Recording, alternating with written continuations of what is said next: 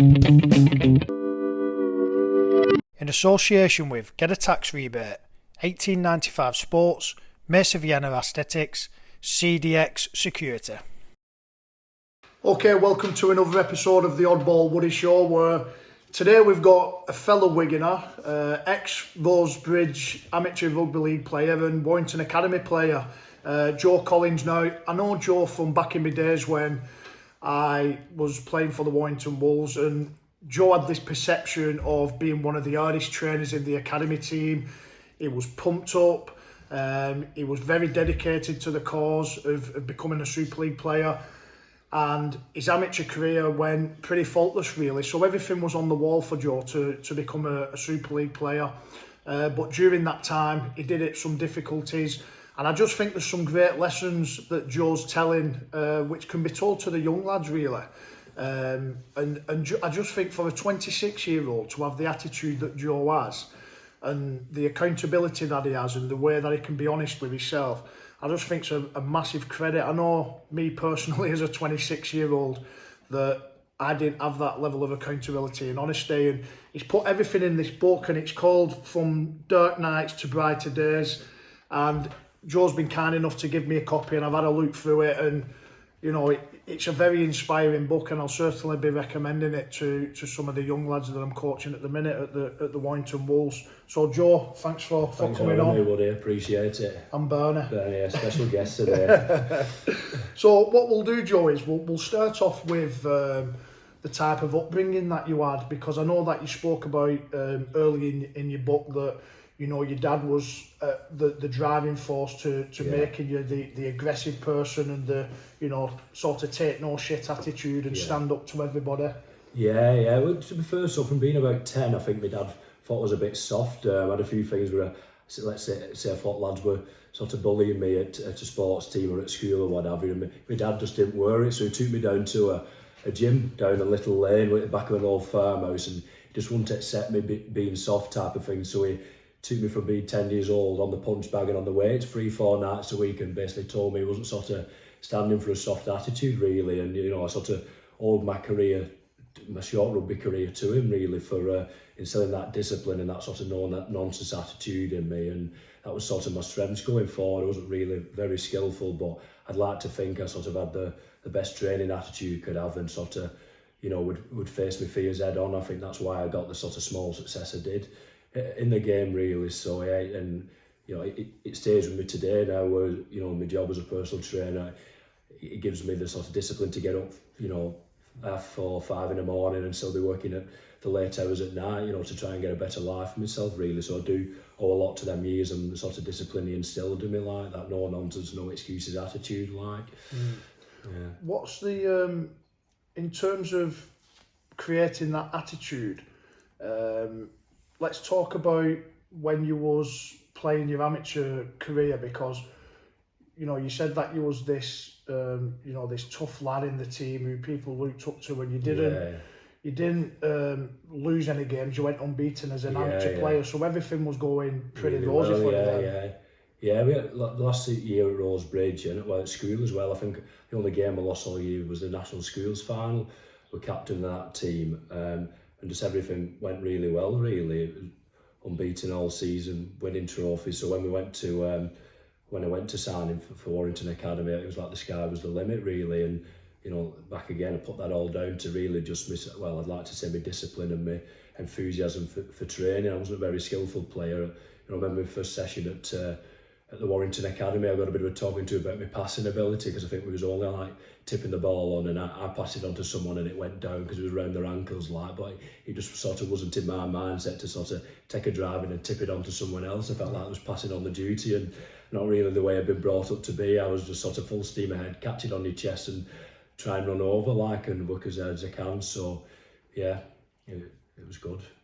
What's so when you now signing for Warrington, everything's going pretty good for you in terms of your amateur, but where did the difficulties come when you signed for the Warrington team? So to be honest, the first month I had playing for the 18s, Woody, I got player of the month. It started really well. I started on the bench because they'd got a few big signings from like Yorkshire, you know, real good players they paid a bit of money for, and I'd only just come into rugby 2 years before, so I was still catching up on a few things. So I started on the bench, wasn't really the first choice. And the first few games played really well. Got player of the month then, probably May, so 2 months into the season. As I mentioned in my book, an incident happened on a night out where a few lads I used to play with, a few friends, a bit of an altercation sort of jumped me.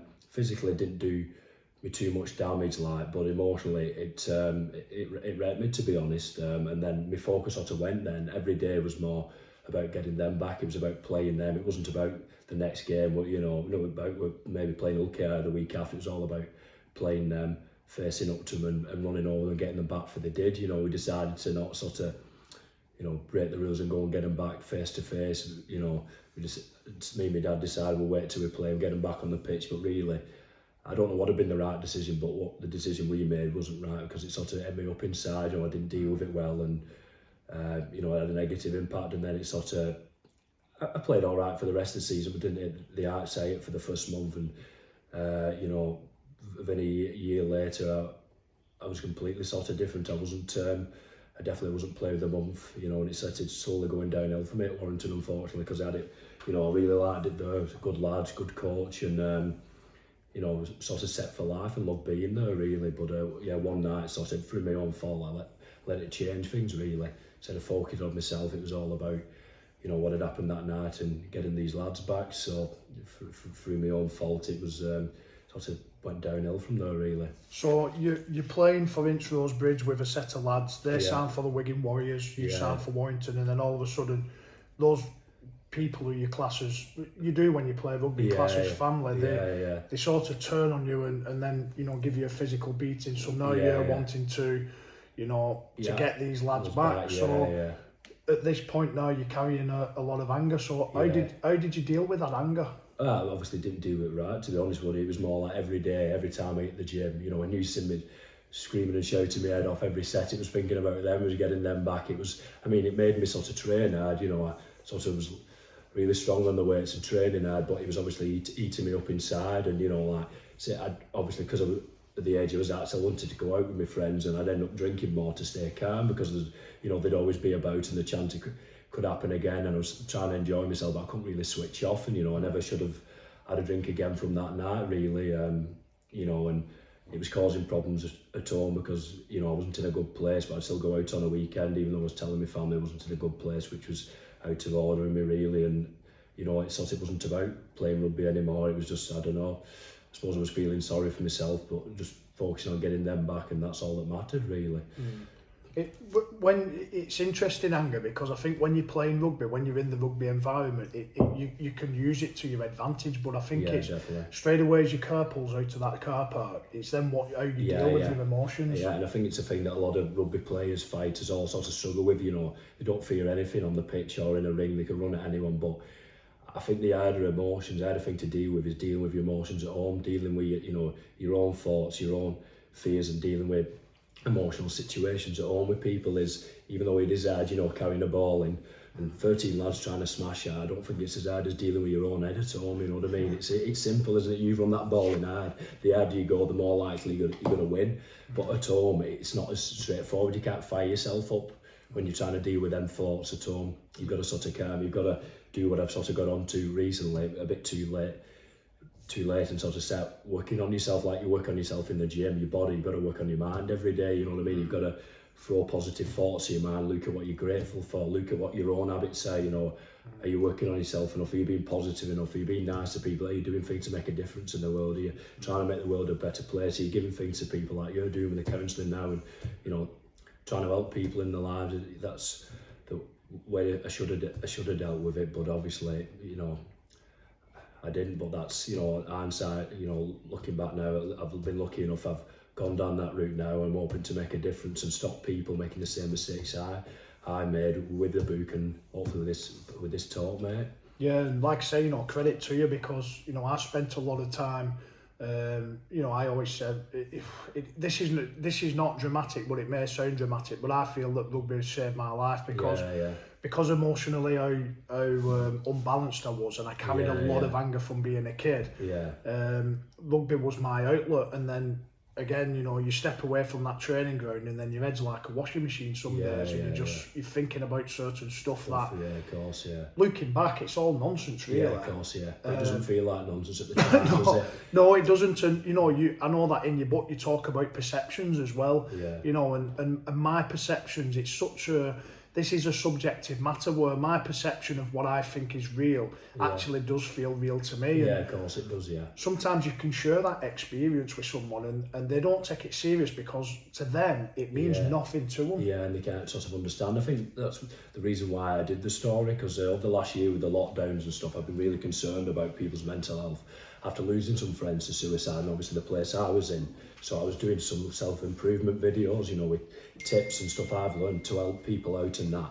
But it wasn't really having the impact I wanted it to, because I think people can look at me and think, oh, you've got a job you love, you know, your family love you. It's all right for you saying these things. You're not dealing with X, Y, and Z. I am. So I thought, right, I need to tell my own story. I need to see that people need to see that whatever's going on in your life, whatever you've been through, no matter how bad you've hit rock bottom, you know, you can turn it around, and these methods do work, which I talk about in the book. They've saved my life. I'm working with a few people now who've been suicidal and their lives are turning around. You know, it is all possible. It's just through, you know, focusing on yourself and working on yourself and being honest with yourself really is, a big thing. But understanding that life is always happening for you. You know, I look back now and I'm glad. I mean, I wish I hadn't messed up the rugby as bad as I did. I wish I'd have just sort of, you know, obviously it wasn't meant to be. I wish I'd have just enjoyed it more and had the crack and, you know, not as made a bigger mess of it. But now I'm so happy. I am where I am because I'm hoping I'm going to make a bit of a difference in the world, you know, and you like save lives and go out there and make the world a better place. So I'm glad it all happened now. I mean, I wish it happened maybe a bit easier, but I suppose if it happened easy, I don't think I'd have the strength and the determination to make as big of an impact, you know, and to face my fears and, you know, talk about my biggest mistakes, the things I've hated myself for, and you know, tell them to the world. So, you know, everything does happen for a reason, and I've been lucky. The things that have happened to me, I've found the reason now, but it's hard at the time. And obviously this wasn't just like a couple of weeks process, you know. It took me 5, 6, 7 years really to come out and get to where I am now. Yeah, you know, I think you touched on it there, is that people's perceptions of you from an outside point of view, they can see you driving around in a nice car, they can see you living in a nice home, but then think, well, you know, you've got the great job, you know, you're doing something you enjoy, your family love you, but so how can you have problems? It's not about the external stuff, it's definitely about the internal. Yeah, of course, yeah. And I mean, you look at the amount of famous people, you know, been multi-millionaires and killed themselves just because of, I don't know, you know, they've never found their own happiness or stuff from the childhood they haven't dealt with. But, you know, and it's such a shame. But everybody, I personally think everybody's going to hit rock bottom once in their life, you know, no matter what position they're in. And just hopefully, I hope people, by reading this book, might not hit them depths as bad, because they'll pick the book up, and I hope they don't make the same mistakes that I did. But I do think hitting rock bottom, coming back up, it's all part of the process of life, you know. And I don't think until you go there you can appreciate life as much, you know, because of what I've been through now. It's every day, especially since I'm doing this, the reaction I've had the last couple of weeks, every day is just a joy to be alive, to be honest, mate. It's like every day is so exciting, I can't sleep, to be honest. I just wake up every day feeling so blessed, really, and excited for the future. So yeah, it's interesting that, because it, you know, like there's a lot of people putting stuff out there about mental health now and about the rock bottoms, and you know, you touched on a few times where you thought, oh, this is Joe's rock bottom, but there's an expression where people say every rock bottom has a trapdoor, you can go even further if you choose to go there. And what was your rock bottom? Because you spoke about how you was drinking and you was doing the drugs as well to mask the pain. So after my time at Warrington, I did a year at Widnes. I sort of came back, played really well, but there was no sort of reserve team, so I didn't get a first team contract. But I was, you know, pleased with how the season went, and I decided not to look for other teams, and so I just focus on my personal training and that. But then I sort of hid myself away from the world for a bit and just worked 7 days a week, you know. I was doing really well, earning good money, but then I suppose I was still papering all these cracks because, you know, I built my whole life up to be a professional sportsman. They hadn't worked out.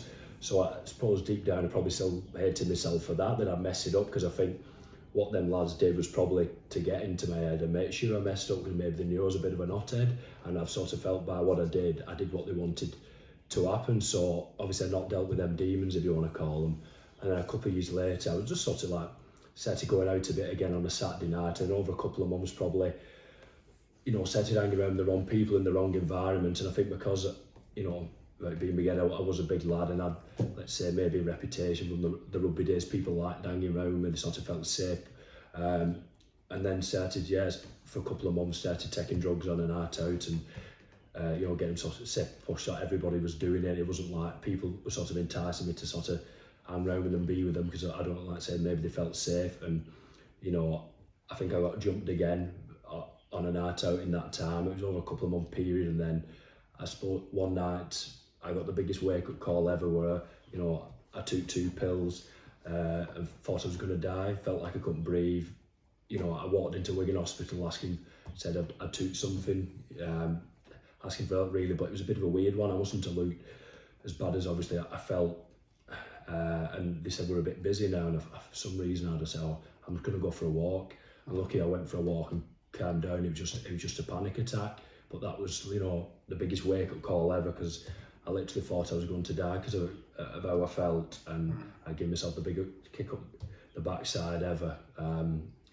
Sort of said to me, stop blaming your life on other people, what's gone wrong. Everything in your life's your own fault. Things happen to you externally, but it's your choice how you deal with them. You can't blame anyone else. People make our lives hard for us sometimes. People challenge us. People do horrible things to us, but it's our choice every day how we feel, what we think about, what we decide to do with our lives. And, I felt sorry for myself, didn't deal with my problems, and it nearly cost me my life. And, I thank God every day I'm still here, really, because in a way I shouldn't be. I'm lucky there's people who've done things what I've done and aren't here to tell the story. So I'm so blessed to still be here, and that was my rock bottom. But then I carried on having panic attacks for a bit after that, and sort of I was better, but I wasn't, I stopped drinking, but I sort of then I started like putting on weight and eating a bit too much, and I suppose I was feeling sorry for myself again, but just like I was terrified of myself, to be honest. I was terrified of the sort of animal I'd become, so I was doing anything to avoid facing that, so it's probably had an impact on my life the other way. I sort of went to like eating all the time to keep myself calm and not be on edge, comfort eating, sort of just put my head into all work again. Got really busy at work, was doing all right, but I was too overweight really for a PT, which wasn't my usual standard. And then a couple of years after, I was like, because I was so busy, I wanted to, I don't know, instead of dealing with the problems and finding out what I should be doing, which is what I'm doing now, I sort of went into some other businesses, bought a cafe, that went wrong, wasted all my backup money I'd worked hard for, and then bought a business again on some loans, which is something that I should never have done, and that went kaput. And then, so we've come to the end of 2019, I'm feeling sorry for myself again. Why has this happened to me? I don't deserve this. Only tried to be a good person, X, Y, and Z have happened to me, And then I tried antidepressants again. I took them for a day, and like my sister come into me, and she said, I've got some of them calms and natural remedies, because it's supposed to be rough for the first day. And I thought, what the hell am I doing here? Why am I feeling this? And if people want to have antidepressants, that's their choice, and if it helps them, great, you go for it. But I thought, what am I doing feeling sorry for myself again? I'm never going to get out of this feeling sorry for myself. I'm either going to face up to things and work on myself, or I can carry on for the rest of my life being in a mess and feeling sorry for myself when I should have, I could have had anything. It's all my fault. I'm where I am. And luckily my mum passed me a book by a guy called Tony Robbins, very popular life coach in America, worked with all the best. And I started reading this book, and it's like a light bulb moment. I thought, wow, it's like all the things you talk about, say like your habits, your beliefs, you're talking about the state you're in and the things you think about, when they've been positive in my life and I've been focused and just been focused on myself and not worrying about anything externally or feeling sorry for myself and being positive, everything's come what I wanted in my life. There's nothing I've sort of failed to do, whether it was achieving a dead busy PT business, where I was getting the contract at Warrington. I even won a 10 grand bet one night off 10 quid when Wigan Athletic beat Man City. Everything just sort of flowed to me, but as soon as I started feeling sorry for myself, thinking negative, I nearly lost my life because of it. And I started reading, I thought, I need to get more into this. And since then I've just become absolutely obsessed with reading. We're working on myself every day, and that's why I want to spread the message to other people about you can, it is all up to you and you can change it. It's good to, when you're having struggles with your mental health, you've got to talk, you've got to, let things out. But then there's got to be a stage where you start looking at yourself, not in a negative way, in a positive way, and thinking, how can I improve? Because that's the only way you're going to feel good. And I found that the only way to be happy in life is feel like you're progressing in yourself and getting better as a person. I said money, you know, being in love, whatever, will never make you completely happy. It's all about being happy in yourself and feeling like you're moving forward and getting better each day and each week as a person, whether it's in the gym or whether that's dealing with a situation better at home. You know, you deal with it more calmly, or whatever challenges you face at work, getting better at that, progressing, moving forward. And that's the only way to be happy in this life. And you know, I'm lucky I'm found it, and I can hopefully teach as many people as I can about it.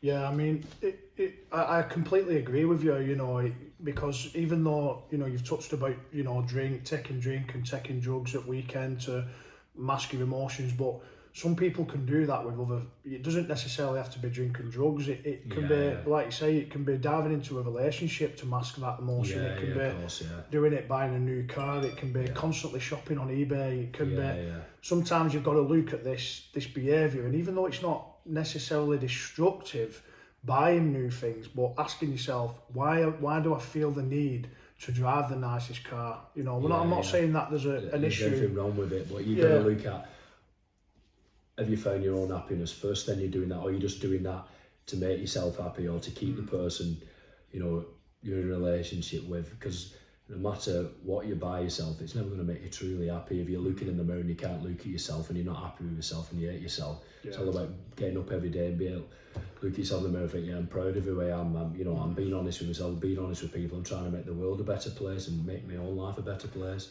Well, Eckhart Tolle, the book The Power Now. Very good book, mate. It is. It can be a lifesaver for a lot of people. And one of the things that he speaks about is that, you know, he talks about being in the present moment, and he says when people buy, and he uses a car as an example, but when people buy a brand new car, they are happy.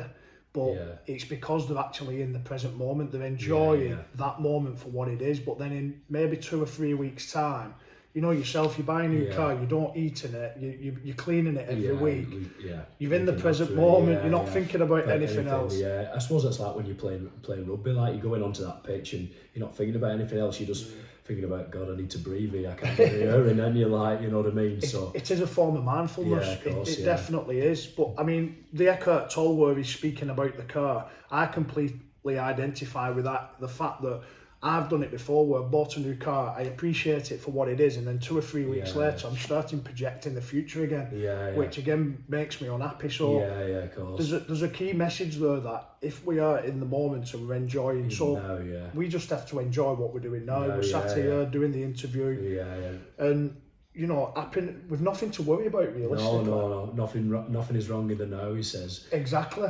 You know, and the past and the present don't exist. Nobody's ever been to the past or the present, because there's only ever the power now. Yeah, of course. So completely identify with that, and you know, like I say, people, I do speak to some people and they throw themselves into work, or they throw themselves into an obsessive gym session, and it's like, this stuff you've got to look at yourself, you know, when people are unhappy, but it takes a lot of guts, doesn't it? Yeah, of course it does, because I don't think there's anything more, I think all of us, we're not scared of other people. I don't think you were really scared of anyone on a pitch. I know probably I wasn't. You're only scared of yourself, and that's, you know, yourself is your biggest enemy. You're only, the old saying, it's just you versus you every day. It's true, not just when you're training, it's throughout your life. That's the only thing you're scared of. You're only scared of your own insecurities, your own sort of demons from your past, and facing them, your own fears. So it's you know, it's just you versus you, isn't it, all the time? And if you can win that you versus you'll be happy. You know what I mean? You don't have to beat anyone else. You don't have to be, you know, lifting heavier than someone in the gym. Be a better rugby player than someone. If you start thinking in that mindset, you're never going to be happy. At Get a Tax Rebate, we make it easy for you or your business to claim back thousands of pounds in tax. Most people, like Jane and Philip, don't realise that they are owed money from HMRC, so they never claim. All you need to do is fill out a simple form on our website and we'll do the rest. It's that simple. We've also helped business owners claim back millions of pounds in research and development R&D tax credits. So if you're working in a business or own one, contact us today to see if we can help you claim back tax and improve your cash flow. Get a Tax Rebate, your tax refund concierge.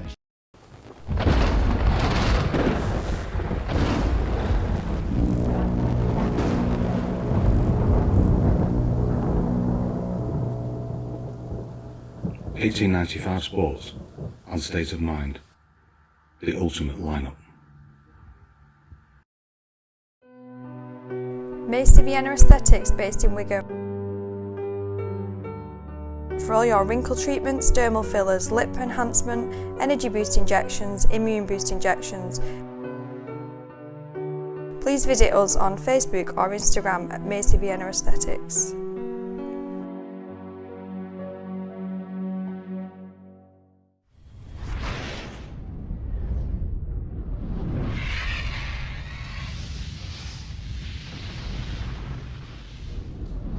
CDX Security, proudly supporting Rugby League.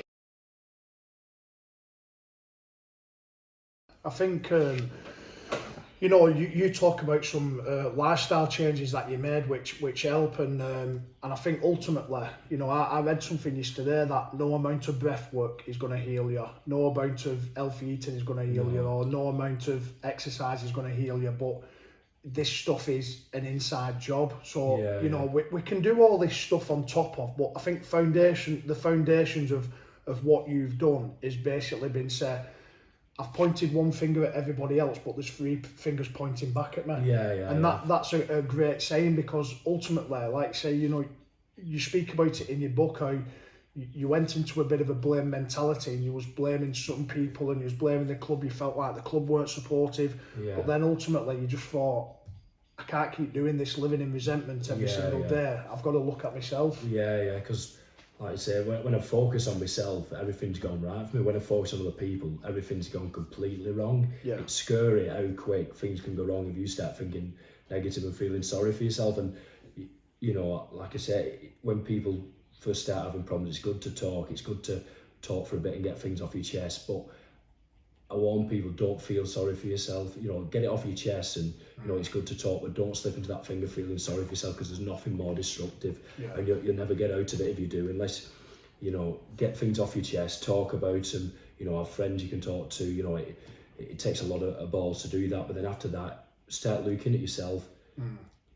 Start looking at, what do I need to work on for my life to be better? What do I want to do with my life? I've got one life. What am I going to do with it? Am I going to waste it because X, Y, and Z have happened to me? I'm going to feel sorry for myself. I'm going to keep telling myself the same story all my life. People that I meet, the first time I meet them, I'm going to go into, what's happened to my life, all the negative things, so people feel sorry for me. Or I'm going to look at myself and tell people all the good things going on in my life, and look at the things I appreciate, the things I'm grateful for, and make this life the life I want to live, instead of wasting it, because you can achieve anything you want to. Like, from what I can sort of turn around in 18 months from where I was, to just sorting myself out and focusing on to where I am having this conversation with you today, and the way things are going work-wise. Even after the lockdowns, a lot of people have blamed the lockdowns have made it a lot harder for people.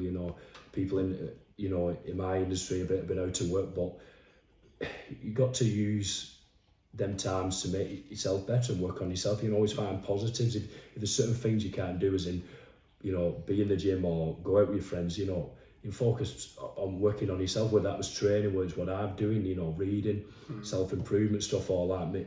Yourself, where you've done a counselling course, you can't let that external world control what you're doing, because if you do, there's always going to be problems. After COVID goes, then something else will be on the news, there'll be another problem, there'll be another thing you have to deal with.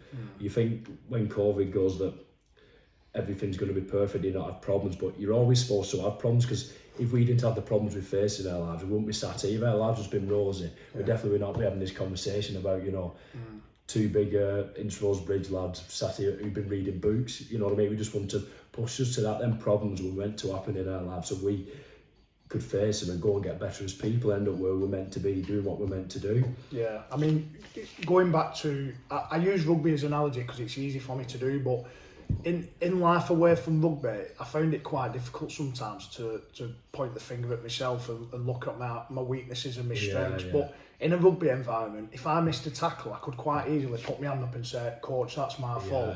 And to my players and say, "I'm sorry lads, I let you down." So I could be accountable on a rugby field, but again, once that car passed that barrier off that training ground, I could never look at myself, and I would blame people for how things were turning out sometimes. And living in that resentment, it's such an hard thing to do. But you talk about, you've touched on it there, but life is always happening for you and not to you. And the tough times do build tough people. I think the word that we're looking for is resilience. You know, of course, you've got to accept that things happen for you, and you know it's an act of fate. You know, of course it is. Yeah. You having your struggles and where you're at is potentially going to help you to help other people. Yeah, of course, and hopefully, like I say, save some lives, and then things hadn't have happened, we won't be here. So, you know, it is a massive thing, and you know, there's a big talk these days, isn't it? It's all about like millennials, generations, people going softer and that, and not being built up in resistance and being taught how to deal with things. But that is a fair point. But I think the self-improvement stuff is still very under-talked about. You know, they talk, we go about mental health. You know, it's talking about it, getting things off your chest, and sort of go to the doctors. You know, like I say, there's the options of antidepressants and stuff, but the self-improvement stuff and looking at yourself, being honest, because it's a lot harder to do, is not put out there enough. You know, and until it does, I don't think we'll change the game with mental health and suicides, where it's, you know, the biggest killer for men our age. And you know, until more people get into this and we start showing them the way forward of looking at themselves rather, you know, and feeling sorry for themselves, or I say antidepressants might work for a bit, but eventually you've got to come off them and face them things. But then things haven't happened to you because life's not fair. They haven't happened to you because I know God doesn't like you, or you know, whatever. They've happened to you because, in my opinion, and I'd say yours, you're fated out to be somewhere in your life. Unless you face them, you're not going to get to where you're meant to be. It takes a lot of balls to face them, but it's the only answer. It is facing them head on. You know, I did my story, the bit about especially the drugs and stuff. I was terrified of hating myself for 6 years but till I put it out 3 weeks ago, it's been the best thing I've ever done. You know, like the way the reaction I've had, and you know, people will always sort of support you no matter what place you've been in. So it's the only answer. You see that quite a lot. I mean, you'll have spoke to people yourself where there's that many lads who you speak to. I've had it, you know, when you're uptown or you bump into people at parties and they'll say, I could have made it if the coach would have liked me, or I could have made it if I didn't go out every weekend. And it's like, you put in your blame on somebody else. Just accept that you'd worked dedicated, or you didn't, you know, you didn't quite have what you was doing. There must be like two at every house in Wigan, isn't probably. Like, everywhere you go in Wigan, like, I could have made it. I played for A team, my knee went, the coach didn't like me, like, and you just sort of take it on, don't you, like. But that's what I like about you, Joe, is that mate, honestly, it's such a credit to you to say that you're 26 years old and you're able to develop this, you know, self-improvement, and you're not willing to blame anybody. You know, I know you spoke about, you know, maybe the club could have been a little bit more supportive, but you're not holding that accountable to the club. You're not blaming it on your coaches. You're blaming it on, you know, your directions that you've took, but you're using that now as a positive to say, I'm going to help, you know, people who's been in my position before. And Luke, there's more people who don't make it as rugby league players than who do. I was so fortunate that at the time when I was playing first team as an 18-year-old, I was fortunate that there was an ex-Australian international in Andrew G had dislocated his shoulder, and so had Mark Hilton, and Martin Marcelo was injured. So three of the prop forwards were injured. I got an opportunity.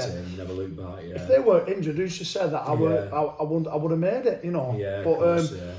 You know, something else you tackled that you looked at is, you know, you must tackle these problems immediately. And we talked about, my friend's expression to me is, eat the frog. If you had to eat a frog every day for the rest of your life, would you do it in the morning, or would you worry about it all day and do it at night? So I use that analogy when I've got a problem or an issue that needs fixing straight away. And that might be a difficult phone call with somebody. It might be a case of just, even a case of just doing something very simple like cleaning the house. Eat the frog. You know, I just tell myself that. But I think that's a big part of life, really. Tackling your issues immediately. And I think when I've learned after the mistakes I've made, it sort of in business and stuff, now I'm terrified of not facing them as soon as I can, because I know the pain it causes. Like, I've developed so much pain associated with delaying problems and not facing them. I have to face it straight away, no matter how much it scares me. I just know the sooner I face it, the better. And like I say, I'm scared to death of not facing it because the pain it's caused me in my life. So anything that comes now, it's just got to be straight up and face it. And it's just, I suppose your main fear is always that you won't deal with something. You know, if a situation comes up and you go about it a certain way, you're always scared that if it doesn't go the way you want it to, you won't be able to deal with it. But by the fact that we're still here today, whatever has happened in our lives, we've always dealt with it anyway. So if you can have the confidence that whatever happens in a situation, whether you take route A or B to deal with it, you'll always be able to deal with the outcome of it. Yeah. And you'll still be here, and like what's the worst can happen. So just facing it with knowing whatever happens, I will deal with it anyway. Yeah, I think there's an expression what I like to use. I genuinely believe that our body is smarter than we think, and when it's generating pain, it's generating growth, and it's telling us that we need to deal with a situation. And like you said before, when you've got that pain and you're suffering with that pain internally, when you put drink and drugs on that, that's masking it. Yeah, of course. If you're buying extravagant things because you're feeling in pain to make yourself feel better, it's masking it. So I think it's a sign that our body's telling us, look, you need to deal with something now. Of course, you need to immediately tackle something. Yeah, and a big believer as well is in challenging life. If you don't face up to somewhere and get it right first time round, it's just going to keep repeating itself and repeating itself and repeating itself till you face up to and get it right. And I've experienced that a lot in my life too. So hard to do, but always easier to face up to the problem first time and get it dealt with and sorted, because otherwise it's just going to keep reoccurring. Even if it takes till the day you die, that same problem will keep reoccurring until you face it and learn your lesson from it and grow from it, and then make yourself a better person from it. Yeah, and I think I completely agree with that. And you know what? I think sometimes you might get away with dodging that thing that keeps cropping up. You might be fortunate enough where you dodge a bullet, and things work out your way. But like you said, I think until sometimes you deal with them problems, it's going to keep cropping up and cropping up and cropping up, and then eventually, it does come back to bite you on the arse. Yeah, and I think a lot of people will sort of normally go into the victim side of that, thinking, oh, this always happens to me, it's always my luck, knowing my luck, this will happen, it's happened to me once, happened to me twice, God doesn't like me, the world's against me. But it's not that, it's because you haven't faced it first time. That problem was sent to you for you to deal with it and become a better person and grow from it and take a lesson from it. So it's not that life's unfair because it keeps happening to you, it keeps happening to you because you haven't faced it and dealt with it. But it's tough to do, especially when things are going hard and it's a real tough situation on your hands, but it is truth, and you only learn that the hard way. And Luke, I know people who are a lot older than me, and in the 60s and the 70s, and they still don't have that attitude. And I speak to them, and they're unhappy people, and I have to distance myself away from them people, because I think, ultimately you've got to take accountability for your life. You've got to look at some of the mistakes that you've made. You've got to look at some of the problems that you need to deal with. Yeah, definitely. What's the this is a great saying that you've put in your book, but your biggest problem is you think you shouldn't have any. Well, yeah, like you say, it's talking about going back to how you feel happy about yourself and progression, but you don't progress if you've not got problems. So people think all the time, for example, I might get it with clients, or starting a couple of weeks when this is done, we're starting a couple of weeks when the kids are sleeping better, starting a couple of weeks when work's died down. It's never going to happen like that. You're always going to have something, like say after the pandemic's over, we're all going to have our problems to face. So it's easy to get in your head, you are always going to have problems, but that is a good thing, because if you're not having problems, you're not alive, you're dead, you know what I mean? And if you're moving forward in life, you're going to keep coming up. But the trick is to have better problems, worry about how you're going to fit everything in your day, because your life's that exciting and you've got that much work on. Make your problems better ones. You're always going to have them, because you're always supposed to keep growing until you die and you've passed the test. But a lot of us, especially when we're feeling sorry for ourselves, want to get to a point where we have no problems and we do things so we don't have problems. But it's never going to happen. This life was sent here as a test, and we've got to pass it. We've got to face up to it, and there's nothing we can do about encountering problems. Are always going to come up, but what we can do is get better at dealing with them, more honest with dealing with them, face them quicker, and that hopefully is what will happen to us as we get older. We learn our lessons. You mentioned Tony Robbins earlier, and one way I always remember him describing it is that in life, if like I said, if you've not got problems, you're dead. He described it as like if you picture a heart rate monitor, it goes up and it goes down and it goes up and it goes down, and he said in essence that's what life's like, and he hasn't met anybody that has not gone through ups and downs. This, Tony Robbins sharing his experience, he's met millions of people. So, we have to listen to the likes of him to say, look, if he's telling us this, then, there's some truth in it. But I can also relate to it to my own life because, yeah. you know, sometimes you play 10 games on a bounce in rugby and you're winning and everything's going well, then all of a sudden you pull an hamstring or you dislocate your shoulder and then you're on the way down and then you've got to build yourself back up. So, you know, it's like Ronan Keating said, life is a roller coaster. It is, no true word sport, mate, yeah. But it is full of ups and downs, and like course, I say, this is where we get growth as people, and you know, if it's straight line we get bored though, and that's one thing you want in your life. It is excitement, you know, and there's no better high, you know, no matter what in life than getting over challenges and facing them, you know, like with the stuff you've achieved in rugby or becoming a counsellor and saving someone's life. There's no better high than facing that problem head on and getting over it. There's no drink or buying £1 million house or a fancy car will never give you that high that you'll get after achieving something yourself, after facing something that, you know, scared you a bit and, you know, you didn't know whether you could do it and coming through it. There's no high like it, and you can't replicate that through money. Yeah, I know, like driving around Wigan, and I used to see you in your Range Rover Sport, and I used to think, Joe's doing well, and I'm happy for that because I love seeing lads do well if they've left rugby and then they go into another environment. Once they're doing well, it's brilliant, but then obviously reading your book, it's like, well, hang on a minute, at this moment in time he's driving around in his Range Rover Sport, he's doing really well, he's got his personal training business, he's got a cafe going in DW Sport, so what you're saying, you 100% believe, because you're saying that you bought the Range Rover Sport, you had the businesses, but you still wasn't happy. Yeah, I'd still not dealt with my own demons, and you know, now the Range Rover's gone, I had sort of, like I said, a big hiccup with the businesses and went probably back to square one money wise, but you know, I'm in 10 times a better place because I've faced up to my fears, and I'm, you know, I think I'm being who I'm meant to be like, and I'm, you know, don't get me wrong, I'd like the Range Rover back, would it, but you know, I'm more happy the fact that I'm trying to help people, really. That gives me more boost than you know, a fancy car ever will, like. Yeah. Just going on to dealing with people, because obviously with the industry that you're in and your personal training business, it you know, you sort of, I know myself having my own gym like 7 or 8 years ago, even then you become sort of a counsellor and you've got to deal with people, and how do you do that? It's simple, really. Well, it says simple, but you probably don't realise you're already doing it. And you think about your best friend. Why they're your best friend? Because they'll listen to your problems. Well, you know, like when you've got a problem going on, you can't wait to see your best friend and tell them, because they'll listen to it and take all your side of it.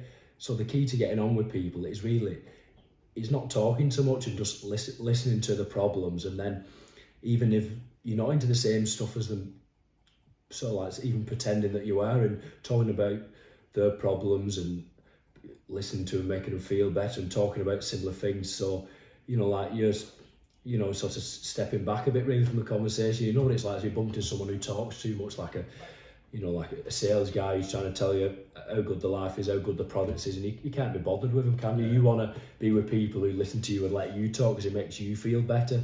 So I think a big thing is just sort of listening to people and understanding the problems and making them feel better about themselves, you know, telling them the strengths and what they're doing in life, and, you know, looking at what motivates them. If, you know, like say for a client, or if you somebody who works for you, and listening to them, looking at what motivates them and trying to get the best about them that way, instead of sort of judging people, telling them off and stuff. It's all about making them feel like you care about them, making them think that you're their best friend as well, because you know, you never saw with people from that day. Like, I mean, I know this for myself because I've always got on with people, but I think if I've been pushed, I've been a blower, you know. I'd always sort of, you push me to a bit and I'd scream the house down type of thing. But I've learned, like, you're never going to win in an argument. Like, you're never going to win if you lose emotional control. You're never going to win any situation. You've got to be firm sometimes. You know, people will,